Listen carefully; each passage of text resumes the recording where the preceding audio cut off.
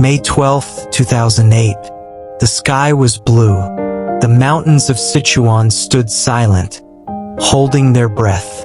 In a small school nestled between those mountains, life was ordinary. Students whispered and passed notes. Laughter echoed in the hallways. And among them was a girl, 17-year-old Wang Zhizhong, clutching her math textbook and smiling at nothing in particular. She had no idea this would be the last normal moment of her life. At exactly 2:28 p.m., the earth cracked open. A 7.9 magnitude earthquake hit the Sichuan county of Sichuan. Buildings crumbled, roads split, and Zhizhong's school collapsed. In an instant, walls became weapons. The ceiling became a coffin. Concrete rained like death. Hundreds of children were buried. Zhizhong didn't even have time to scream. Darkness fell like a curtain. And then, silence. When she woke up, she couldn't move. She was pinned under a concrete beam. Her legs twisted, crushed. Her face covered in dust and blood. She could barely see. It was black. She tried to scream, but no sound came out. And then, she heard it. The moans of dying children.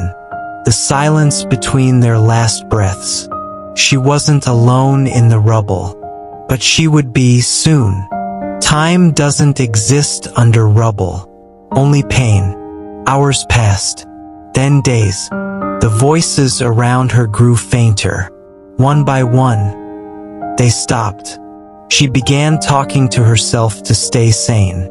Mama is coming. They will find me. She whispered over and over. She imagined her mother's arms, her father's voice.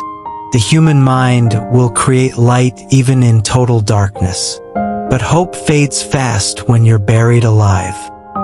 By day 4, her body was beginning to shut down. No food, no clean water.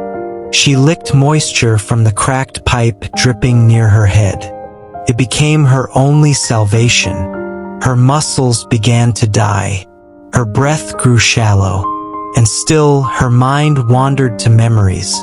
Her mother feeding her dumplings. Her little brother tugging her sleeves. In the darkness, she saw them, heard them. They talked to her. But they weren't really there. She was drifting. Somewhere between life and death. On day 8, her body wanted to die. Her mouth was dry. Her lips cracked and bleeding. Her legs were numb. But deep inside, a voice rose like fire. You are not dying here. You are not done yet. You have more to live.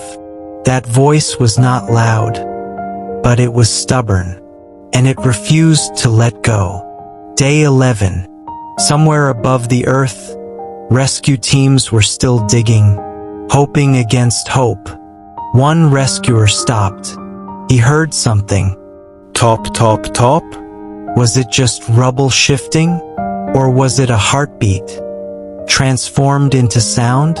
He tapped back, and from beneath the earth came another tap.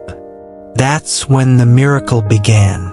But digging takes time, and Zhizhong was slipping away. Day 13. She was barely breathing. The rescuers were close, but not close enough. And in that final stretch, something spiritual took over. She let go of fear. She accepted death. But the voice said, not yet. Day 17. The beam above her moved. Light, real light, poured through a crack in the rubble. And then a hand. A rescuer screamed, "She's alive!" Cameras clicked. Tears fell. They pulled out a girl. No longer the same. Thin as a ghost. Legs broken beyond repair. Eyes wide with disbelief. She had been in a tomb. And she had returned. Zhizhong lost both legs. But she didn't lose her soul. She told reporters, Every breath I take now is a second life. She learned to walk again, on prosthetic legs. She went to university. She spoke on stages. And in front of thousands, she said, "You never know how strong you are, until being strong is the only choice you have."